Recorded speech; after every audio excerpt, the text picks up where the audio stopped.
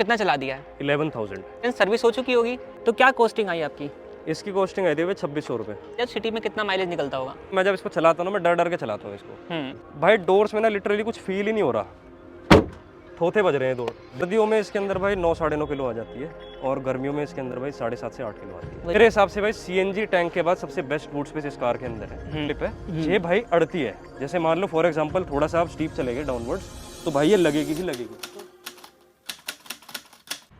Welcome back दोस्तों, अगर आपको डेली की ज़्यादा रनिंग रहती है और आप एक ऐसी कार परचेस करने का प्लान कर रहे हैं जो कि आपको पॉकेट फ्रेंडली भी रहे और मेंटेनेंस में भी काफ़ी अच्छी रहे, तो आपके पास वैगनार सीएनजी काफ़ी अच्छा ऑप्शन मिल जाता है। अपने सामने जो गाड़ी खड़ी है ये है वैगनार सीएनजी जो कि 1000 सीसी के इंजन में आती है। और आज की इस वीडियो में अपना ओनरशिप एक्सपीरियंस शेयर करने के लिए हमारे साथ हैं मिस्टर परीक्षित जी, और इस कार को ऑन करते हैं। सर, आपने गाड़ी को कब परचेस किया? भाई हमने इसको परचेज करा था सितंबर 2022 में, यानी कि ऑलमोस्ट अभी तक हो चुके हैं 5 महीने के आसपास। इसने इस गाड़ी को कितना चला दिया है? 11,000। सर्विस हो चुकी होगी? हाँ भाई, इसकी 3 फ्री सर्विस जो है, फर्स्ट और सेकंड के अंदर तो आपका कुछ होता नहीं है, एज यूजुअल चेकअप होता है उसके अंदर। हाँ। लेकिन जो आपकी थर्ड सर्विस होती है उसके अंदर आपका भाई engine oil, oil filter, air filter और बाकी छोटा मोटा कुछ आपको कमी लग रही है कार के अंदर वो सब होता है, और बाकी लेबर उसके अंदर फ्री होती है। तो क्या कॉस्टिंग आई आपकी?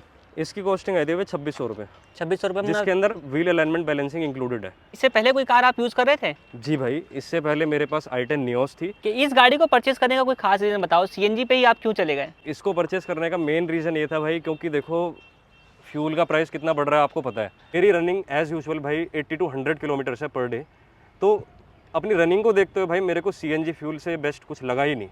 तो सीएनजी में वैसे बहुत सारी गाड़ियाँ आती हैं, आपने अगर देखा हो, कितने की पड़ी आपको ये ऑन रोड कॉस्ट? भाई कॉस्टिंग की बात करें भाई, ये कार काफ़ी ज़्यादा ओवर प्राइस्ड है। ये कार मेरे को भाई 7.2 के आसपास ऑन रोड पड़ी विदाउट एनी एसेसरीज, और इसके अंदर बस आपकी जो एक्सटेंडेड वारंटी है वो इंक्लूडेड है। तो इस बजट के अंदर आपने और कोई गाड़ी नहीं देखी, सिर्फ वैगनार को कंसीडर किया? बिल्कुल देखी भाई।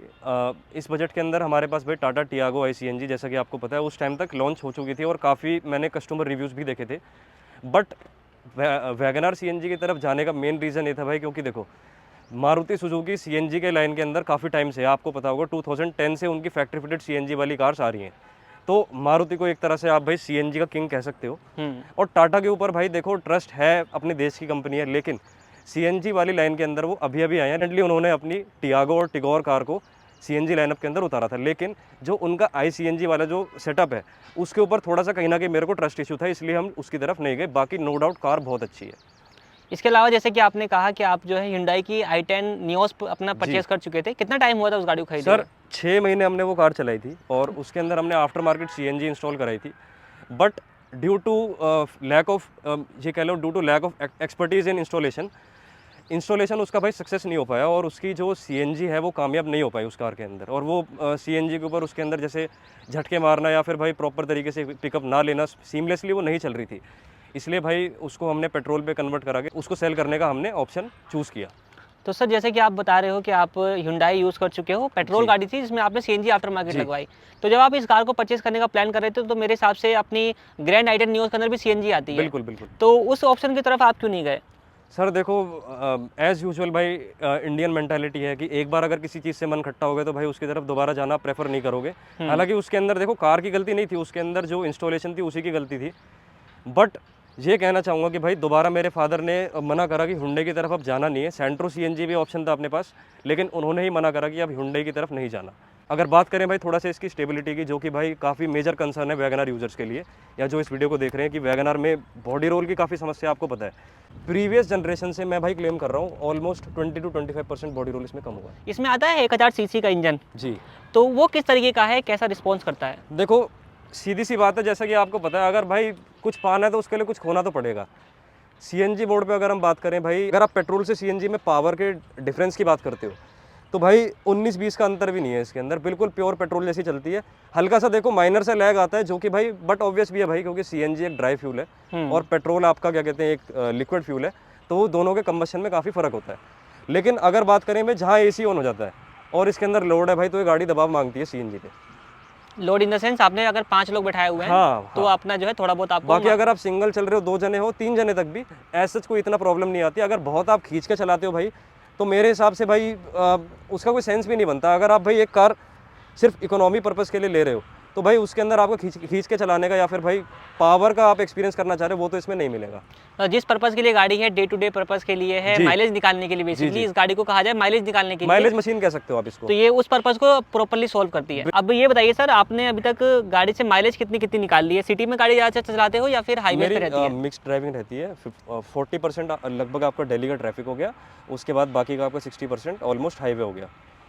तो अगर सिटी की बात की जाए, सिटी में कितना माइलेज निकलता होगा? सिटी में भाई इसका अगर मैं एसी ऑन के साथ बताऊं आपको तो भाई 30 का माइलेज है निकालती है गाड़ी आपकी। सिटी में 30 का 30 माइलेज? का तो यार ये एसी एंड विद ट्रैफिक बता रहा हूं मैं आपको ये। और हाईवेज पे कितना निकालती है? हाईवेज पे भाई थोड़ा भाई हो सकता है मेरे को हेट पड़े, लेकिन भाई 37 निकाल रहा हूँ इससे। हाँ जी, तो ये अपने हिसाब से पर्पस सोल्व कर रही है? बिल्कुल proper? कर रही है, तो अपनी एक्सपेक्टेशन के ऊपर ये गाड़ी जो है पूरी उतर रही है? पूरी उतर रही है। चलिए, अब ये तो बात हो गई इसकी खासियतों की कुछ जो कि आपने मुझे बता दी है, जी। लेकिन सबसे ज़्यादा ट्रोल किया जाता है मारुति को एज पर सेफ्टी। भाई मेरे को तो सही बताऊँ, मैं जब इसको चलाता हूँ ना मैं डर डर के चलाता हूँ इसको। मतलब ठीक है थोड़ा सा एक्सपीरियंस है चलाने का गाड़ी को, लेकिन भाई इतना डर रहता है मेरी इस कार में भाई, अगर कोई बाइक वाला भी मार देना तो मुझे पता नहीं भाई इसका क्या हाल होगा। जैसे फेंडर पे आप देख सकते हो भाई, फेंडर पे इसमें एक लोडर व्हीकल होते हैं जैसे टेम्पो कहते हैं जिसको हम, तो उसने टच करा था। हालांकि देखो इतना मेजर नुकसान नहीं हुआ है, बट हाँ देखो थोड़े बहुत स्क्रैचेस आए और हल्की सी ये लाइन पड़ी है, बाकी ओवरऑल इंटैक्ट है कार। मतलब अगर कहा जाए कि आपको कॉन्फिडेंस कहीं ना कहीं लूज होता है इसको चलाते हुए सेफ्टी पर्पस के लिए? बिल्कुल होता है इसमें सेफ्टी पर्पस। देखो सेफ्टी पर्पस इसमें आपका नहीं हल हो पाएगा। अगर कोई बंदा वैगनआर की तरफ जा रहा है तो मैं तो ये कहूँगा भाई अगर वो स्किल्ड है ना वो तो ही जाए, क्योंकि देखो अगर आपकी स्किल्स में कहीं ना कहीं कमी है, या फिर ये कह लो कि अगर आप फर्स्ट टाइम चला रहे हो तो भाई अगर आपसे गाड़ी टच वच होती रहती है तो भाई ये गाड़ी हर दूसरे दिन क्लेम पे ही खड़ी रहेगी, ये मैं कह रहा हूँ आपको।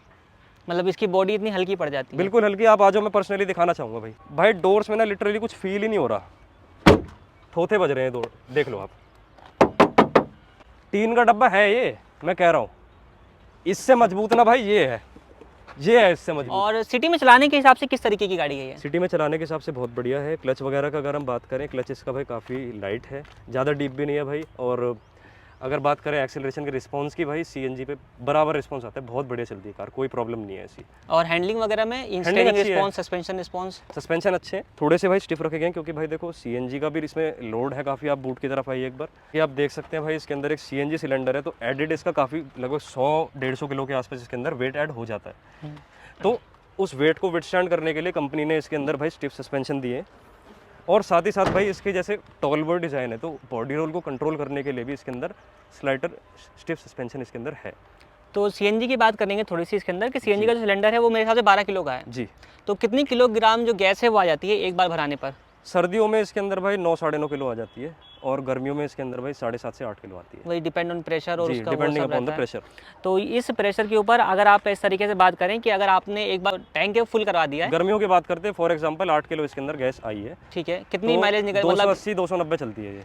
ओके, ऑन एसी 280-290 चल जाती है। स्पेस पूछना चाहूँगा, बूट स्पेस कितना मिल जाता है आपको? देखो टॉकिंग अबाउट द सेगमेंट भाई, मेरे हिसाब से भाई सीएनजी टैंक के बाद सबसे बेस्ट बूट स्पेस इस कार के अंदर है, क्योंकि टॉल बॉय डिजाइन है। बिल्कुल।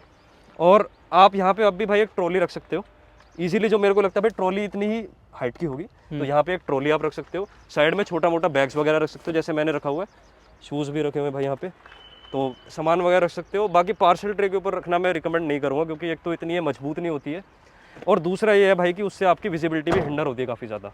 तो सर वैगनआर में मैंने खुद पर्सनली देखा है कि इसके अंदर आपको हाइट एडजस्टमेंट का जो फीचर है वो नहीं मिलता, और इसके जो हेडरेस्ट हैं वो भी आपको फिक्स टाइप के मिलते हैं। बिल्कुल। तो सीटिंग कंफर्ट यहाँ पे किस तरीके का रहता है? मतलब सीट अपने हिसाब से, क्योंकि एडजस्ट करने का ऑप्शन नहीं है आपके पास। आपकी हाइट कितनी होगी? मेरे भाई 5'7" के अराउंड है। तो बोनट वगैरह कैसा दिखता है अपना? बोनट देखो ऐसे दिखता है, हाँ मतलब ऑलमोस्ट ऐसे दिख जाती है मेरे को, बट रही बात भाई मैं तो एक्सपीरियंस के हिसाब से चला रहा हूँ, मुझे कोई प्रॉब्लम हुई नहीं आज तक चलाने में। तो मतलब जो कि जिन बंदों की हाइट जो है वो आपके 5'7" या 5'8" के हिसाब से, तो उनको थोड़ा बहुत एज्यूम करके चलाना पड़ेगा? नहीं ऐसा नहीं कहूँगा मैं। एक्चुअली देखो ये ना डिपेंड करता है आप कार किस तरीके से चलाते हो। अगर आप रिलैक्स मोड में चला रहे हो पीछे करके वो तो बट ऑब्वियस आपको नहीं दिखेगा। अगर आप भाई कमांडिंग पोजीशन के अंदर चला रहे हो तो आपको भाई पूरा दिखने वाला है, कोई प्रॉब्लम नहीं होगी आपको। और मिरर को एडजस्ट करने का कोई ऑप्शन आपको लगता नहीं? क्या मिरर यार हाथ से एडजस्ट करना पड़ता है? इसका बहुत बड़ा डिसएडवांटेज है कि भाई जो इसके मिरर्स है ना भाई, इनका पर्सनली भाई लुक भी बहुत अजीब सी है इनकी, मतलब अंडा टाइप कह सकते हो इसको। और इनको ना एडजस्टमेंट करने में काफ़ी दिक्कत होगी। लेफ्ट राइट का तो आप कर लोगे, लेकिन लेफ्ट साइड का एडजस्ट करने के लिए आपको बहुत ज़्यादा मेहनत करनी पड़ेगी। अब इसके कुछ नेगेटिव्स आपको कैसे लगे, क्या क्या चीज़ें हैं जो कि लगता है आपको सुधार की ज़रूरत है, मारुति को ये काम करना चाहिए हाँ जी। अपनी इस गाड़ी के अंदर, क्योंकि सेल में काफ़ी अच्छी पहले से ही है बिल्कुल बिल्कुल और सीएनजी में मेरे हिसाब से इसको अभी तक बहुत सारी गाड़ियाँ आई हैं, इसके बावजूद इसको टक्कर नहीं दे पाई हैं। नहीं दे पाती। तो अब भी कुछ ना कुछ इसके अंदर कमी ज़रूर से रही होगी, तो बिल्कुल आप रही बताइए है। क्या एज अ ओनर कौन कौन सी कमियाँ हैं इस गाड़ी के अंदर? देखो, सबसे पहली कमी तो देखो मैं बिल्ड क्वालिटी कहना चाहूँगा। हम्म, वो भाई देखो, जान से खिलवाड़ करने वाली बात तो है। देखो, इस गाड़ी को लेना, मैं एक तरह से कहूँ, अगर भाई आप सेफ चल सकते हो तो ही इस कार को लो, वरना भाई बिल्ड क्वालिटी इसकी भाई बहुत ख़राब है। बिल्ड क्वालिटी को कंपनी को भाई इंप्रूव करना चाहिए इसके अंदर। नेक्स्ट चीज़ की अगर हम बात करें भाई, इसके अंदर डे नाइट IRVM नहीं आता। तो ये एक बेसिक ज़रूरत वाली चीज़ है जी। जो कि होनी चाहिए एटलीस्ट। क्योंकि देखो, नाइट ड्राइविंग जिस बंदे की है ना भाई, उसकी आंखों के अंदर रोशनी काफ़ी ज़्यादा पड़ेगी। जैसे पीछे की तरफ से जो व्हीकल आ रहा है, रिफ्लेक्शन आता ही हाँ, आता है। उसकी रिफ्लेक्शन काफ़ी ज़्यादा आपकी आइज़ के अंदर पड़ने वाली। तो भाई एटलीस्ट मैनुअल तो इसके अंदर डे नाइट IRVM होना चाहिए। ग्राउंड क्लियरेंस कैसी है इस गाड़ी की? ग्राउंड क्लियरेंस बहुत अच्छी है, बट ग्राउंड क्लियरेंस तो आपने सुन लिया होगा 170 mm की इसके अंदर आती है। प्रॉब्लम क्या है इसके अंदर भाई? अप्रोच एंगल की। ये पोर्शन है ना जो इसका लोअर लिप है, ये भाई अड़ती है। जैसे मान लो फॉर एग्जांपल थोड़ा सा आप स्टीप चले गए डाउनवर्ड्स, तो भाई ये लगेगी ही लगेगी। तो सिटी में इतने ज़्यादा कोई गड्ढे वड्ढे तो नहीं मिलते हैं ज़्यादा, सिटी में तो मेरे सिटी में चलाने के लिए मेरे हिसाब से वो इनफ है ये। जी बिल्कुल बेस्ट गाड़ी है। मेरे रूट पे तो भाई मेरे को कोई गड्ढे वगैरह खास मिलते नहीं, छोटे मोटे तो भाई इजीली एब्जॉर्ब कर लेती है, बढ़िया कार। ठीक है, अब सम अप करते हैं इस गाड़ी को लेने और ना लेने के रीज़न के ऊपर। जी भाई। तो आप किन लोगों को सजेस्ट करना चाहोगे कि वो ये गाड़ी को परचेज़ करें? देखो, जिस बंदे की भाई रनिंग काफ़ी ज़्यादा है, यानी जिसको भाई more than 50 kilometres per day चलना है जिसको, भाई वो वैगनर CNG की तरफ जाए। क्योंकि भाई talking about the fuel prices, भाई इतने ज़्यादा आप जा रहे हैं वो, तो भाई ये आपको अच्छी खासी पॉकेट सेविंग आपकी करके देगी।